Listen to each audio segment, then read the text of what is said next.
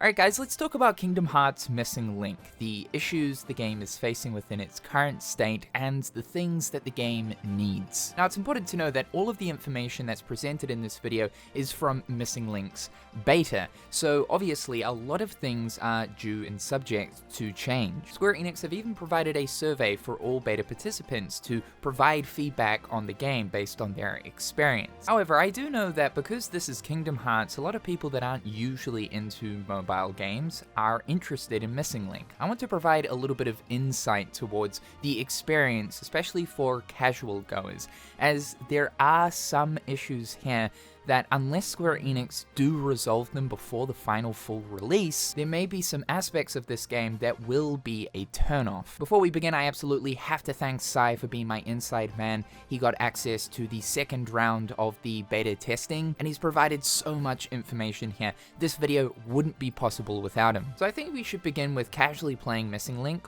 What is this experience like, especially for people that do not like the Pokemon Go GPS-based mobile game? I know this is the biggest turnoff for Missing Link for a lot of people. The question is, how often do you actually need to go outside in order to be able to play this game? So the Astral Dimension is the core of the game's experience. The Astral Dimension is basically our real world, and anything you're doing there is the bulk of the progression of the game in regards to gathering resources, leveling up, fighting enemies, collecting brand new character pieces, which are your abilities. You are able to explore the Astral Dimension without needing to physically leave your home. However, this is where AP comes in, one of the game's main resources. AP can be used to access touch mode, allowing you to go out into the Astral Dimension without you physically needing to leave your house. However, every single thing you are doing within touch mode, fighting enemies, taking on area bosses, finding chests, is going to cost you AP, versus physically going out into the real world, doing any of these activities will actually garner you AP. So you look at it this way, going out physically is going to generate the resource that is used to be able to play the game at home. I asked Sai, how often do you believe the game is wanting you to actually go outside? And is there other means of being able to also generate AP? Now, he mentions that with his commute to work, he would chuck the game on autopilot mode, basically hands-free mode. The game will just play for him and will generate AP while he's driving to work. This netted him about 8,000 AP going to work and back every single day. Now, how long this AP lasts is dependent on what you're doing, but because this is a mobile phone game and grind is definitely a part of the equation, the game is most definitely going to be asking you to have a lot of AP on hand in order to play in touch mode to get everything you need to get done.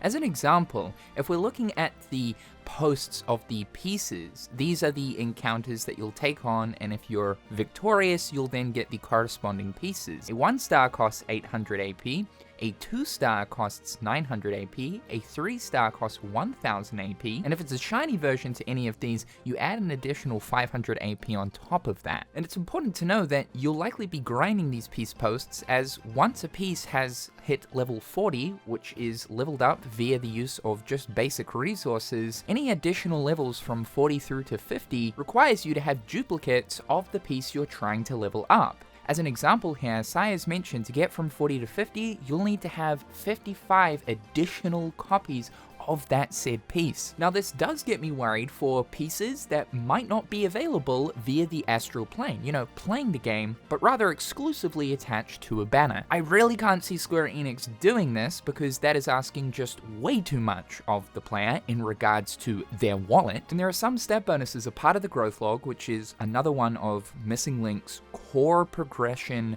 aspects that can only be unlocked if you get a specific piece to level 45 and 50. So you can see here that it's encouragement to build your pieces as strong as possible, but if they're not available on the astral plane, this automatically creates a kind of pay to win situation. Or if you just simply do not have enough AP because you're not physically going out into the real world, then you will be left behind. Looking at other methods of getting AP, you can spend activity coins to buy it. However, these activity coins are accumulated via doing things in the astral plane, so it's all kind of interconnected. Basically, what this means is Yes, the game certainly does want you to go out into the real world, and while there are methods of being able to play the game at home without needing to go out, the core experience of Missing Link is very much a Pokemon Go styled game. You can still play the game casually in the sense of enjoying the story experience, and I think for most people looking at like the casual audience, this is probably what they're going to be doing, so long as Square Enix don't make it that story quests are at a ridiculous level, and without actually grinding, again needing to go out into the real world, you can't progress past this story quest. I'm sure that for the sake of accessibility, hopefully, Square Enix will make it so that these story quests can be played by people that aren't constantly playing Missing Link and don't need absolutely ridiculous setups with maxed gear, maxed pieces. You can pretty much look at AP like the energy resource system for Missing Link. It's very similar to those other mobile phone games that use the same type of thing, or like, let's say Farmville, for example. You know, you've got an energy resource, and if all of that's used, you pretty much can't do anything else in the game until the next day once it's replenished, though I don't believe AP replenishes. Though I'm sure there will probably be like daily login rewards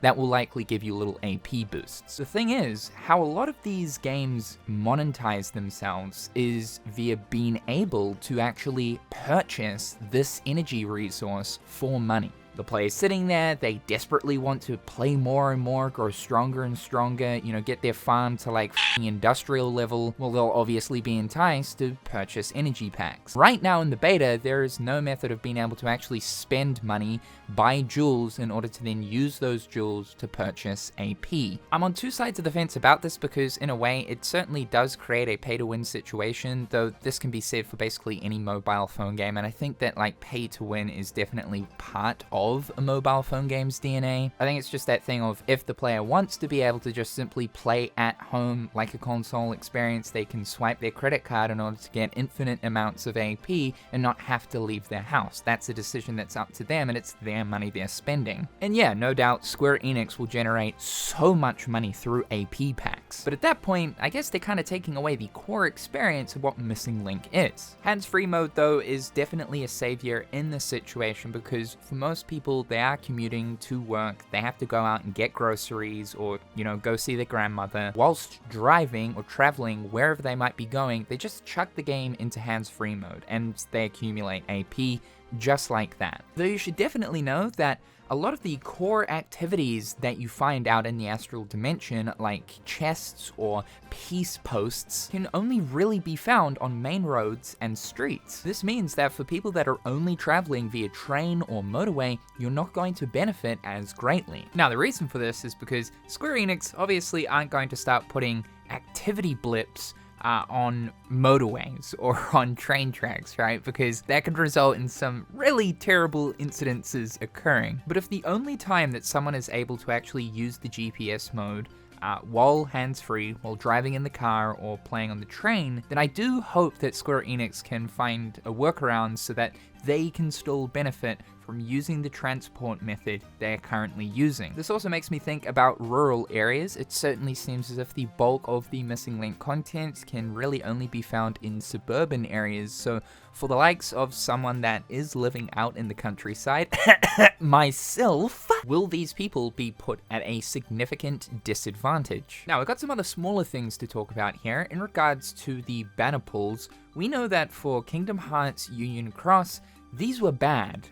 Basically, the drop rates of these, for some of them, were ridiculous, and the game was pretty much pushing you into the corner to be like, one more swipe of the 10,000 jewel pack, baby. Eventually, Square Enix did bring in mercy pulling, but it still didn't overall kind of fix the issue. Again, this is just mobile phone game gacha setup 101, but it seems to be as bad as Union Cross here in Missing Link. Do know that there are guaranteed banners, so you spend your jewels, pull, and you will definitely get a 3-star piece, currently the highest star piece. But Sai has mentioned that outside of the guaranteed 3-star pieces, he hasn't had a 3-star pull at all. Sai's little recommendation here is to save jewels and only spend them on must-haves and busted pieces that are released throughout the game's life cycle.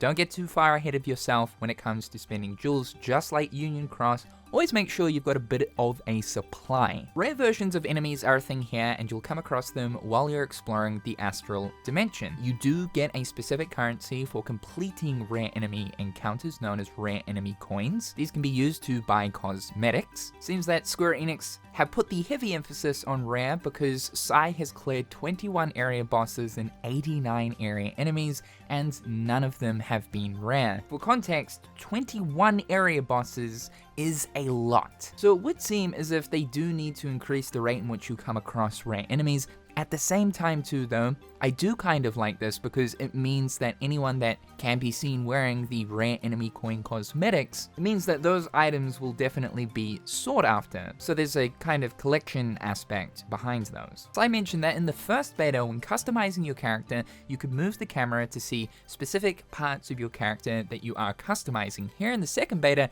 that camera rotation has been mysteriously taken out. Seems like a really strange change to make. I do hope that for the full version this is reinstated. You mentioned that this is especially annoying for when you're putting on back piece cosmetics. You can't even rotate your character in order to see what that even looks like. So yeah, no doubt this will be something that will be changed. I've also noticed here within Beta 2 that the character's head within the heads-up display no longer moves like it did in Beta 1. This is a really small thing, and it's not absolutely necessary that this needs to be here. I, for one, am a little bit disappointed by this. Maybe it's got something to do with the performance side of thing with the game, where it's just, there's no point in having the character's head bobbing. But the character head bobbing definitely brings me back to those early Kingdom Hearts 3 trailers, and it was fantastic to see this sort of reinstated for Missing Link. Your trial progression is always on screen. There is no way to minimize it or close it. These are like little mini side objectives to do for rewards. I'm sure that all participants will be giving feedback towards this because it's really annoying to have this little text box constantly on your screen. Now to quickly just comment about performance, we know that Square Enix added in graphics options, so now the game has low, medium, high, and ultra graphics settings. This second beta was actually delayed 2 months out because Square Enix needed more time for optimization. Sai's mentioned that he stumbled across more issues here with Beta 2 than he did with Beta 1, coming across more frequent frame drops as well as game crashes. Now for reference, Sai is using an iPhone 12, and for most of his beta experience, he was playing the game on high to ultra. Since facing a lot of these issues, mainly like crashes, he has dropped the game down to medium graphics settings, and a lot of these problems have been alleviated. One of Square Enix's goals is to make sure that this game can be played on as many devices as possible. I know for a mobile phone game that looks as good as Missing Link does, considering it's also a UE engine game, it must be absolutely strenuous because of how many different mobile phones there are out there to ensure that for a good portion of these devices, the game will work, whether being played on low or ultra. No doubt Missing Link will receive further optimization in the performance department by the time the final game releases. And before I wrap this up, consistent story updates. There were times there that we were waiting anywhere from 6 months to a year for a substantial Union Cross update. The question of how often will the story be updated was asked to Nomura in December of last year, with him responding, honestly, how many months did it take for some updates back in Union Cross? That kind of thing is just unforgivable nowadays. So it is great that the team knows and understands that people were absolutely not happy with how consistent the story was for UX. Hopefully it's a very different case here in Missing Link. Also too, not all of the cutscenes and story bits will be full-blown cutscenes. Nomura did mention that not all of them will be to the level of what you see within the first few story scenes of the game. So that's some issues and needs for Missing Link as of right now. Not totally all bad, there is just a few things, and I do hope that for the casual audience, this has answered a few of your questions. Yes, the game is absolutely going to require you to go outside into the real world and dig yourself into some soil. The most crucial aspect as of right now is to allow everyone to be able to access the story content of this game without needing a constant upkeep of playing it. This was a pretty big issue with Union Cross, and most people ended up just resorting to YouTube to watch the cutscenes, and especially for when this service eventually ends, at least they'll have a really tight story mode there that anyone can access at any time and almost play it like a normal Kingdom Hearts game. Alright guys, that's all for today's video. Thank you so much for tuning in. Be sure to subscribe to the channel if you haven't already. Check out my other social media platforms like my Twitter and my Instagram. Thank you so much to my turkey-tastic patrons. Hopefully you guys are having a fantastic day, and we'll talk real soon.